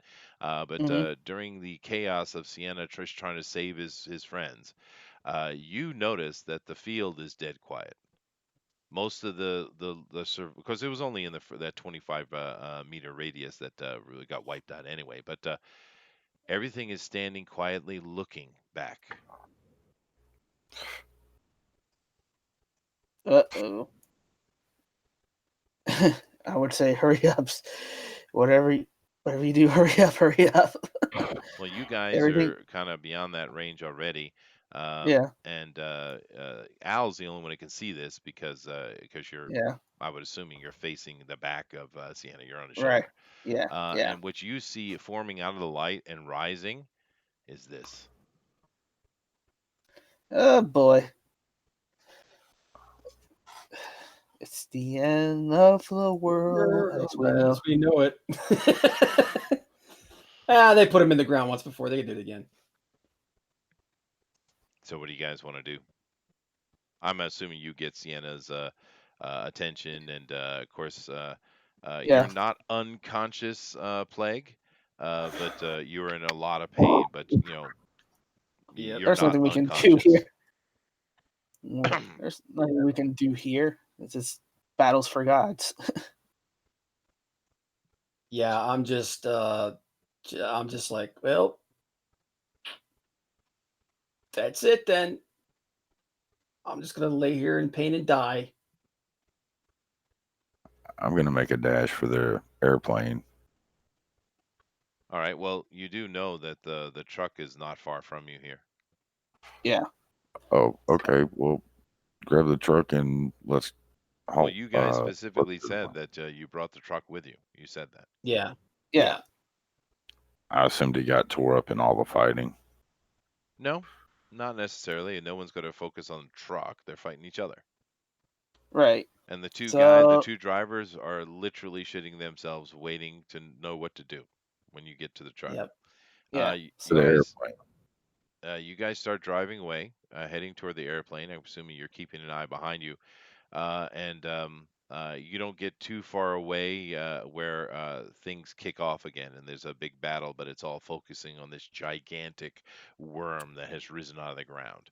And as you guys are traveling further and further away, you see pops of light as magical attacks are going off, and you see this thing breathing fire, and the whole forest is starting to get on fire as you guys are running away. Uh, now, getting back to the airplane is going to take you quite a while, actually, hours, literally. But you have the location, and of course the vehicle finds the drivers find a main road, and of course they have charts and stuff. They know where they're going, but you're of course in a vehicle, so you're able to outrun the fire. But there's nothing but a giant glow of hell on earth behind you as the fire just rises into the air as the entire forest is now aflame.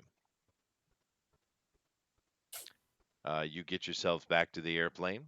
Uh, of course, you guys have some medical things to try to help Plague recover a bit, and you get on the airplane. Delilah immediately starts moving men to do that. She says, "What the hell's going on?" We succeeded. Well, what do you do now? Where I'm going. where are the girls? Yeah, I'm just gonna moan from the ground. Is it? Yeah, we die now. So Yep. So you tell her to get in the air. Yep. yeah. By the way, your boss, great plan. It's the seem he lied. Seemingly so. Yeah. Well, you guys get in the air. Where are you particularly going to head? Boston. I say go back to Boston. Yeah. All right, as you guys are flying back, of course, it takes a long time, and a day of sun passes. You're getting radio chatter that information comes back, and of course, when you're flying away, the fire is everywhere, right? It's almost as if Kazakhstan itself is on flames, and the chatter coming in is that there's no more antediluvians, and no one sees any. They don't see anything. The only reports you're getting as you guys are flying along is Asia seems to be being eaten by something. Yep. Yeah. Well, You arrive were in all weird. Boston. They were weird Mhm. anyway. You land. You land in the airport, which is deserted and quiet. There's no one there to arrive. To greet you as you arrive. Are you guys going to head back to where you got to go? You're in Boston, but you're kind of alone.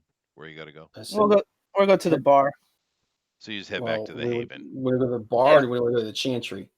No, we're going to the Haven first. Okay. All right. I'm not in any condition to argue with anybody. All right. Yeah. So you guys drive in the streets. There are some, vehicles on fire here or there, but there just isn't any people running around. You don't see anything moving around. You head back to the Haven, which is pretty easy travel. I'm assuming you're using your big new truck. And of course, by now, Plague, you're not fully healed, but you're at -4 instead of -5 right now. It'll take you Okay.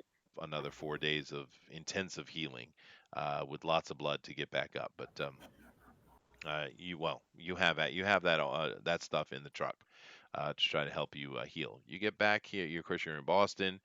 You get back to the Haven. You come in. Of course, there is some damage outside. The fence is no longer there. It looks like there's been fighting. There's some damage to the house itself. But when you come in, everything's very quiet.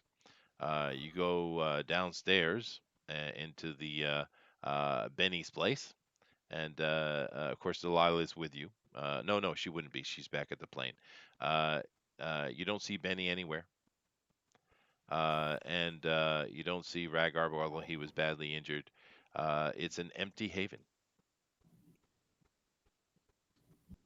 Well, if it's empty, let's look around to see if there's anything in the back. What do you mean? I'm looking behind the bar, see if there's anything in there. What do you mean specifically? Blood. Blood. To get to do a No, shot. there's the typical stores. Benny's stores are there. Yeah. We're gonna have one All last right. drink before the end, I guess. Yep. So where did everyone go? You don't know. Oh, they were either called or hiding, or maybe the Chantry, something. Well, we'll have our drink, and if tomorrow night still exists, we'll go over to the Chantry. All right, and tomorrow does.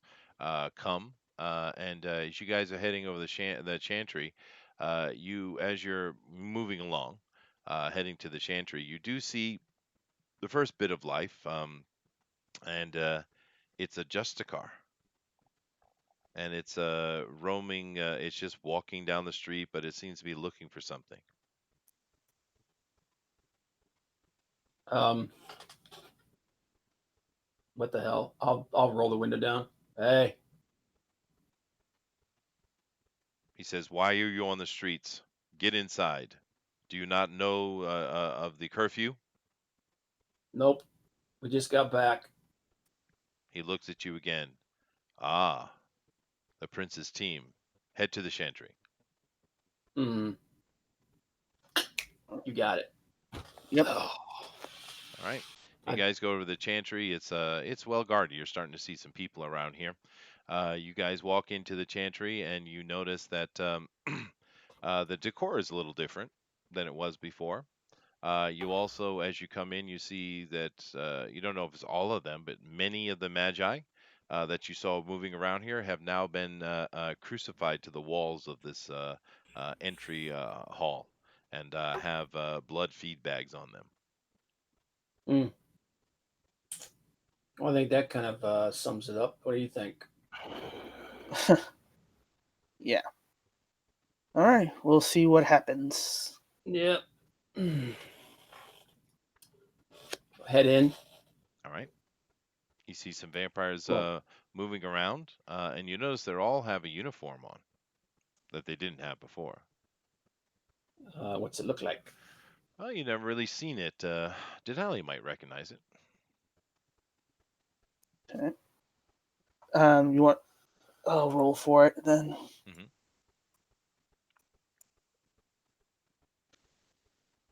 Actually, I shouldn't say I walk and I stumble in.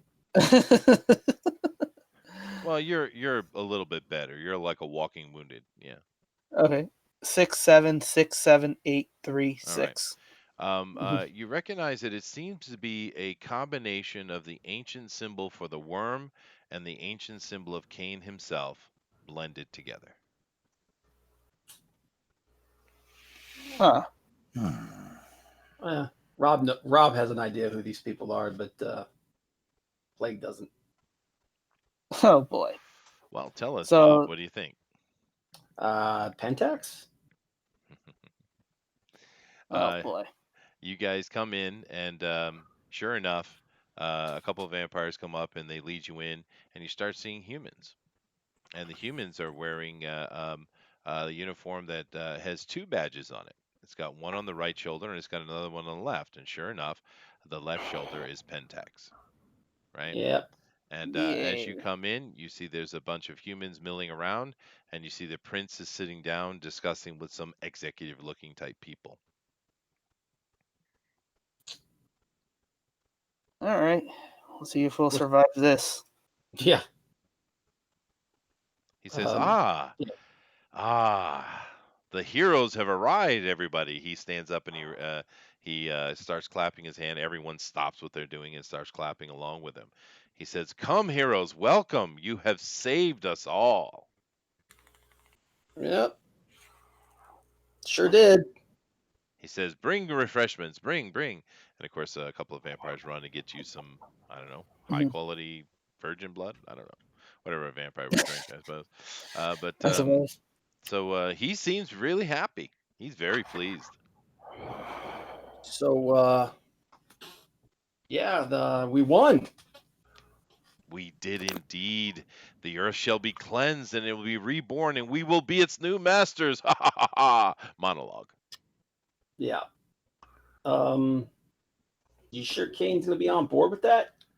We are the children of Cain. We do his bidding, of course. I know I know you surely probably would have liked more information, but you served the cause. Now the planet will be cleansed of all of these horrible things. We will be cured and made greater and better. Ah, it is great days, great days. Yeah, yeah. I will tell you this though, that it looked a little different from up close. Oh, well, it was a dangerous situation. You were so brave. How successful such useless neophytes like yourself would be so successful. But I knew you would, because who's going to pay attention to you? Mhm. You see a person come up with a tray and he says, "Oh, try. This is from the Magus himself. Oh, it's very good blood. You'll like it." But of course, soon you'll have no need for blood anymore. We're going to transcend it. This guy, who was extremely composed the last time you talked to him, he's a fanatic. Yeah. Well, as you can see, I point to myself. I got a little tore up. So, um, awesome, great celebration, and I think I'm gonna, go heal. Oh, I please, Yep. appreciate. he said, we have, bro, take him to the infirmary. Help him, help him. Hmm. Um, so, So, you guys want to come with me here? yeah, we'll follow him. Yeah, We'll see. we got really really close during this thing. I mean, as you can imagine, I mean, we just raised Cain. I mean, literally. Mhm. Yeah, we're a little bit shell shocked for the whole experience. Oh no, they But have no problem. They're celebrating themselves anyway. And keep in mind, you feel completely safe here. mhm, You are, from their point of view, heroes. cool deal. So they take you to an infirmary, and they don't do anything so different than Delilah was doing. You know it's Mhm, going to take a few days, which is quite quick actually for the injuries you have. The fact that they are lethal injuries because you were hit with radiant, a type of radiance, right? But yeah. you guys are in here. It's not a lot of people in here because they want to join the celebration that's going out in the main hall. But what do you guys want to do? Okay, guys, what do you think? Well, It's yeah. What's the best we can hope for out of this situation? I'll look around um, to see and if anybody's close by, so I can whisper without someone hearing. Sure, no problem. It's kind of empty here. Like I said, everyone's kind of wanting to be at the party. There's a couple here that have to be here. we tell them, hey, you can go to the party. No sweat. Yeah. Really? Are you sure? Yeah, Oh yeah, yeah, yeah. I'm just gonna lay here and be crispy. Um. yeah. So they say, "Oh, Go, thank you," and go. they head off. Yeah. Okay. Well, we could try to free the Magus and get out of here and see if there's any way of salvaging this cluster. Mm, mm. But that would probably result in us dying. You Yeah. you guys do notice obviously the Magus must still be alive because I don't know if you drank it or not, but you have goblets of Yeah. his blood in your hand. But you do, I don't know whether you have it or not, but there is maybe a moment of sadness for you guys because if you look in the corner of this infirmary, you notice there's a jar and her head is in it. The Oh Magus' boy. daughter. Yes, Lara. Lara. Yeah. Yikes.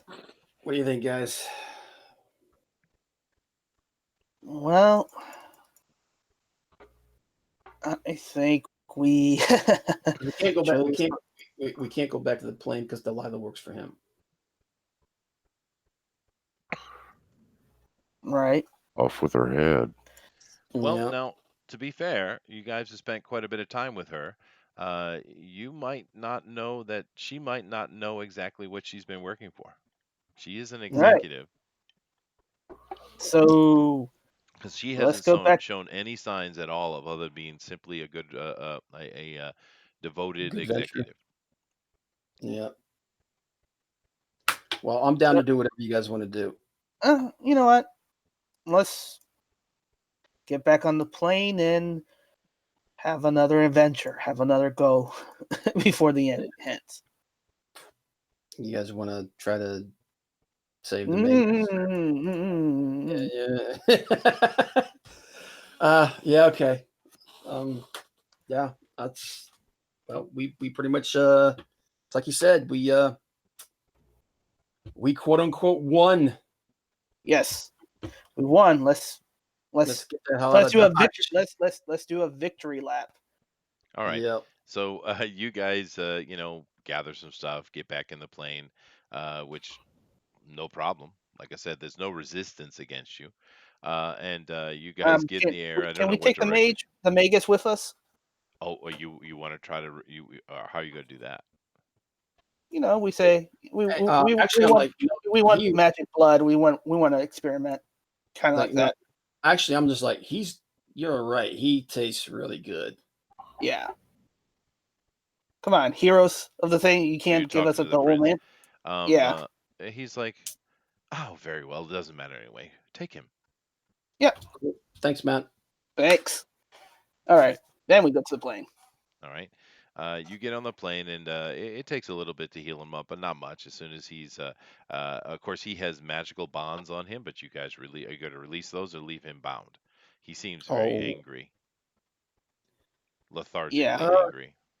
well, I'll be like, okay, well, yeah, we're gonna let you go, and if you kill us, you don't have a whole lot of allies. So He says one thing to you: take me to Constantinople. All Istanbul. right. Yeah, Okay. in the world of darkness, the supernatural never call it Istanbul; they always call it Constantinople. I know. Yeah. I was being a smartass to him, actually. Ah, I see.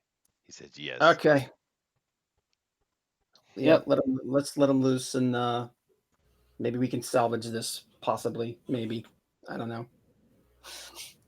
Well, in the time it takes for you guys are you going to Istanbul Yes. or yeah, okay. Yeah. Yep. In the time it takes for you to get there, I'm kind of assuming you guys are being a little cryptic with Delilah because you don't know if you can trust her or not. But she's happy Right. to take you wherever you want. She's just doing her job, continually doing her job. The Magus, of course, says he would be happy to be angry with you, but he was as much duped as the rest of us, so he can't be more angry with you than he is with himself, right?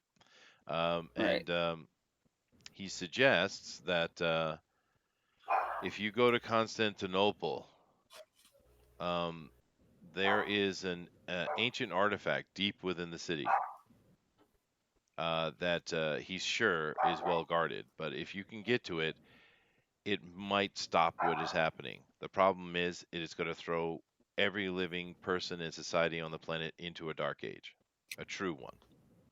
There will be no more technology. There will be no more electricity. It will simply be a dark age. But Oh my God, that is freaking hell on earth, man.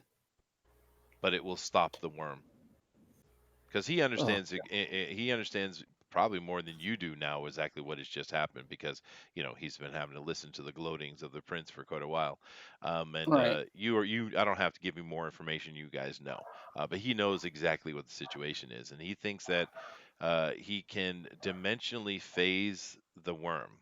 Now, this was thought about doing before by the mages because the realm of the Weaver has been closed because of the insanity of the worm. Now, of course, he didn't know why the worm was insane. Now he understands that Cain basically took over the mind of the worm, and and he couldn't handle it, right? Because the Weaver, the worm, and the wild are true godly creatures. They are, beings, right? And he couldn't handle it, so he went insane, and everything that happened was because of that. He knows that now. But Hmm. they didn't want to use this because it was created to release the Weaver, but they didn't want to use it because of how devastating the results. But what it would do was put everything back to the way it was at creation. oh, wow. And of course that would leave humans, but there would be no more cities. It would literally time jump in a way the entire planet back to a million years ago.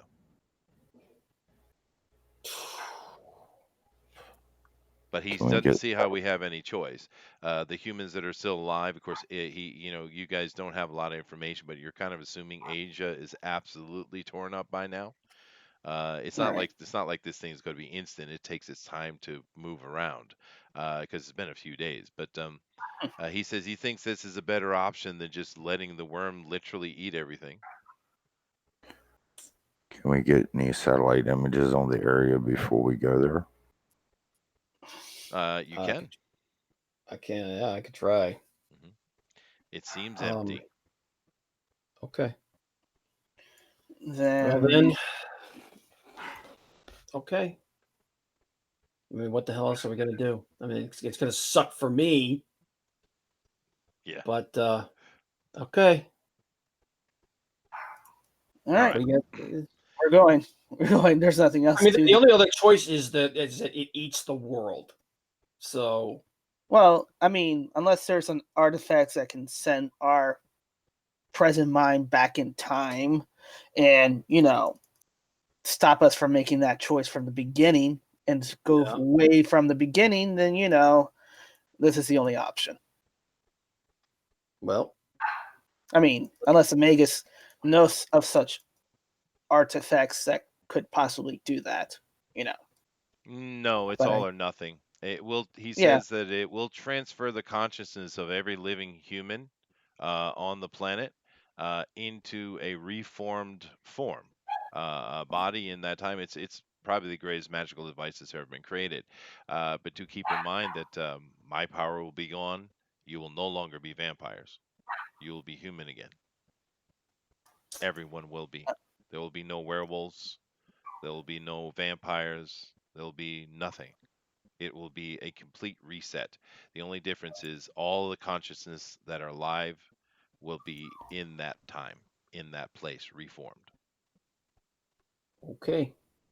all right, we'll do this. Let's do this. All right, you We'll guys do. land in Constantinople without any trouble because, of course, the people that took this are the people that you work for, right? And Yep. there's not much going on. You see a few people moving through the streets, but it's a blasted out city. And antediluvian did land here.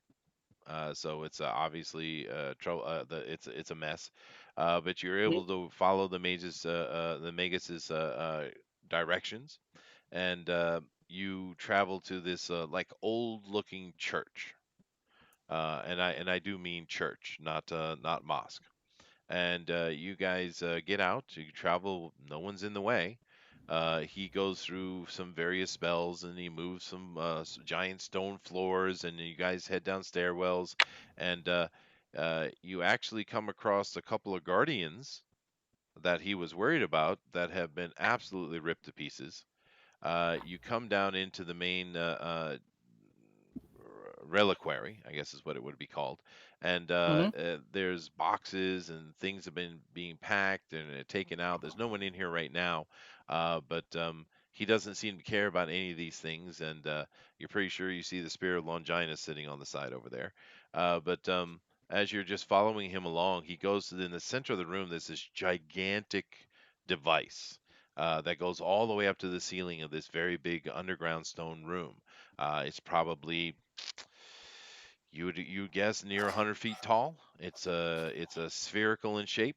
It seems to be dead, but as he approaches, he says some incantations, waves his hand. The thing lights up like a Christmas tree. And you see him going over, and he's starting to move little blocks around, and he's casting spells. He's quite busy, and no one is here. The room is filled with boxes, half-packed artifacts from man's history, and all kind of magical things are sitting around you right now. Legendary items, actually. I'm looking at the legendary items, see if there's anything that I can recognize. And I will take that spear as well. Sure. You are holding the spear. Now, you notice something very interesting, Dinale. As you pick up the Mhm. spear of Longinus, which you recognize offhand, of course, you would understand this stuff more than the rest of the guys. This is your forte. But Mhm. as you pick that up, you notice that there is it's sitting on a box, and below it, there are like six more of these. Huh. I tell the other guys, hey, there's 6 more of these. Which 6 more spears. That's awesome. I'll take 2. You take 2. Okay. All right. All right. So you Now these guys spears are are they magical or something? oh, it's I'm Denali. asking Alvin. Yes. Oh well, then I'll These take all of them. Give me that. All right. So you guys are playing with the spears of Longinuses. And as Mhm. you're doing that, the Magus has come to the end of his incantation. He looks over and he says, "Are you ready?" holding the spheres, yeah. No. Yep. And he casts one more incantation. You feel a rumble. The ceiling actually starts to fall down, dusting around you, and little blocks are falling. And then a giant pulse goes off. Everything gets super bright, and then it gets black. Your eyes start to clear, and you guys are standing in the middle of a jungle. The Magus is same distance as he was away from you. You guys notice something interesting, though. It is nighttime, of course, Mhm. but you don't feel any different at all. Although the No. Magus looks more old and more frail than he did a moment ago. Um, What I just happened? I passed the 2 spears I was holding to Al. Say, hang on to these. Okay. I try to activate my celerity. No problem. I zip up to the Magus and then I zip back to the guys and I say, I think we just hit the jackpot. Thank you, Magic Spear and Helmet. And there's no helmet. It's just a spear. I understand that, but I'm being a smart aleck. You and your helmet. Okay. So we're gonna leave it right there. And I do have options of things that these guys can make decisions to do. But Mhm. we're gonna leave ourselves a million years in the past with 3 Spear of Longinus holding vampires. Now, that is the end of this campaign, this season. Interesting choices they made. They could have made many choices. They chose the one that doomed everything, or possibly rebirthed everything. But what do you guys think about our story here? Interesting.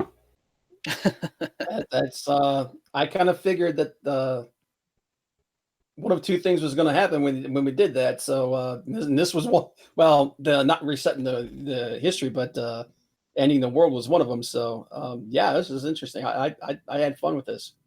That's good. What do you think, chat? Haven't been. Of course, we don't pay a lot of attention because we're so busy involved in the role playing. That's one of the problems with doing a live role playing. But the Oath Keeper rule of the sea. That's interesting.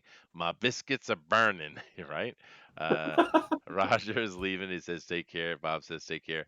It's also almost like the upside down, Chester. Well, obviously, all the things we watch and evolve inform all the things we create. It is. When Chester played D&D in the 80s, he didn't use the Demigorgon. Take that, Stranger Things. Now, why would you? No one used the Demigorgon. It was a stupid looking, floppy arm looking thing. It was dumb. Everyone did Orcus because Orcus was cool. But Well, anyway, so it's interesting, guys. It's very different role playing through the internet than it is sitting at a table. It feels so different, dude. Hmm. You Oh, know. definitely. And also, having to kind of conform ourselves to the 2-hour period, it creates a more linear story, actually, as well. I think as well, yeah. Although I Yeah, let you there's not. guys make your decisions, but it is more linear. Yeah, it's man, there's a little less wiggle room trying to feel things out. Hmm. Yeah, you But just make decisions and you go. Kind of yeah, like it's that. like It forces and you to make decisions. yeah, and scene. Let's go. Yeah, Yeah. no, it is like that, right? It's different. It's different. We'll see that when I do in a few weeks, because the next couple of weeks we're going to spend just talk about other things. But we're going to be trying to recruit for our next D&D game, and I'm going to see in the next D&D game if I can do something that's completely unlinear. This was a story though, because we were Hmm. doing Gehenna, right? The Hmm. D&D thing, I'm simply going to make the world, which I already have the cosmology, everything all worked up. It's going to be really cool. I'm going to let these guys create whatever they want, whoever comes in, and I'm going to do my best to make sure it isn't linear at all. We'll try. We'll see how that works in this format. I'm not sure exactly how it will go, but it should be interesting anyway. But it'll be easier too because we were telling the Gehenna story. I guess in essence it demands that it be linear. I suppose. Hmm. Yeah. I Yeah. mean, pretty much the only thing you can do with the end of the world is the end of the world. So True. Yeah. Or hasten it. Yeah, like we did. yeah, I'm kind of surprised you guys rose Kane. You Actually, know, be, I know that you've been giving us hints throughout the whole for season. literally every Sit, episode. sit, Yes. yeah, oh every yeah, episode. yeah, oh Yeah, yeah. but come on, how many times have any of us played Gehenna and we always And go that with the scene, other and way? that scene, Gehenna. Yeah. You Right. know, Well, you So found it. yeah. yeah. I mean, So we everything in my had to do it. brain, everything in my brain was saying not to wake him up, but Yeah. back of my head, I'm like, I want to see what happens if I wake him up. It's fine. It's fine. It Yeah. is a one-shot campaign, so it's fine. Yeah. But it is also kind of interesting too because I was trying to think when I was creating the story was, or creating the cosmology anyway. How could I twist things? How can I make it? How could I take the brilliance and genius that is the world of darkness, the original world of the darkness, and turn it on its head? Right. So I think Yep. some of the story elements are probably going to be far more appreciated by people who know the world of darkness really well, like Bob, right, and Denali Hmm. possibly, Yeah. because we know all those little things with the black spiral dancers, the worm, the twist with Cain. If you know the world of darkness, that's has more meaning. You know what I mean? Yeah. Hmm. Because I did just twist everything on its head hard. Right. But I Oh don't yeah. think it's cool. Guys I, didn't I see it, but I I my had lips fun, were man. dry throughout the whole episode. Yeah, I had fun, man. I can't speak for anybody else, but I had Yeah. fun. Well, I'm Yeah. glad you did, dude. And I also, because for me, the one thing the World of Darkness was lacking, and they left it ambiguous because what else are they gonna do? We know Cain is the first vampire because he was, the mark of Cain, his, murdering his brother and all that stuff. But they never really delved into who marked him Yeah. or how he got marked because then they had to get into religion and God and stuff like that, and they didn't want to take that step. Now it's interesting in the what I would call the second edition. It's actually probably the fourth edition, but the second story that they created with World of Darkness, they completely recreated it and made a new storyline. They went far more religious actually, and I Oh thought it was yeah. funny. Because they even though they were using a lot of religious themes in the original World of Darkness, they didn't dare touch it, right? But in the Yeah. second one, they touched it all over in places they shouldn't have. But yeah, no, that's kind of how that was the inception of this story for me was Yeah. who marked Cain, Yeah. and that's It when I wasn't came there, up with the wasn't worm. there one of the versions of the Book of Nod had a story where the way he became a vampire was actually he had multiple angels appear to him and give him a chance to repent, and he basically told them to go blow themselves, and each one of them gave him one of the aspects of a vampire. Oh, I haven't Yeah. heard that. Maybe. Yeah. Yeah. It's part of, and it's in the current one, which is the book or the journal of Beckett as well. Yeah, So like yeah. Oh, he was cursed with eternal life by God, but all the other aspects like the sunlight and drinking blood that came from the angels. interesting, interesting. Hmm. But like I said, even then they don't want to mention God directly, but they'll mention the angels, right? Yeah. Right? And I think with the Beckett's journal and all that, that's all coming after when they brought the demons in during the apocalypse, during Gehenna, at that last little bit of and that was a cool thing too about Vampire the Masquerade, the at least the original one. Um, as time went by, because remember this came out in early '90s, but as the decade passed, um, they actually, with the new things they came out like Hunter the Reckoning and of course Demon, like the Forsaken, which I had mentioned, they they kept adding to the story. They were moving the story forward, and that's very interesting. It's very different for most role-playing games. I mean, sure, if you're a D&D person and there's so many campaign advancements for Forgotten Realms, sure, but it's such a broad, subtle stroke. It's not direct, really, right? Unless you're talking about the novels. But in this gaming system, they literally advance themselves from the beginning of their story until Gehenna, right? And Yep. uh, Yeah. and and that was very interesting the way the approach they took. I think it's very different from most role playing games, actually. Oh, it's very different. I think that's the appeal of it. Yeah, it's brilliant. It's brilliant. The creators of the original World of Darkness are brilliant. Yeah, for sure. Cool. Anyway, guys, All right. we're sitting on 2 hours exactly. Boy, we've done a good job. I thought for sure we were going to have a 4 hour session in here, but we haven't. And then once again, it's the linear aspect, I think. But hope you guys enjoyed it. Our story here, how we started and we went to the end. Do keep in mind if you are interested in being part of the D&D game. Understand it's going to be very different than the other two campaigns we've done. Literally, I have cosmology set up, which simply means the world, the races that live in it. I'm not going to make it generic like I did with the John Diller one. I'm going 100% there. They're going to create their characters. They're going to discuss why they and how they know each other, and we're going to do a full-on D&D. They can do whatever they want. I'm not going to interfere. I'm not going to have a all over lying threat or anything like that. It's going to be a straight up old-fashioned D&D game. We're going to do it with this kind of visual storytelling we've been doing here. I think it works too. How do you guys think about the storybook role playing that we did with this, at least for the viewers? I thought it was good. I think it gives them some visual idea of what we're looking at. Right. Because we could go like with foreground or one of those programs that allows us to map things out and kind of do the old Mm. make it as much as a tabletop as possible. But I thought it would be better for this radio show that we do to just make it a visual novel. I thought Hmm. that would be cooler. And of course, another thing we are going to do with the D&D, which we haven't done previously, is we do have access to a lot of great artists over here.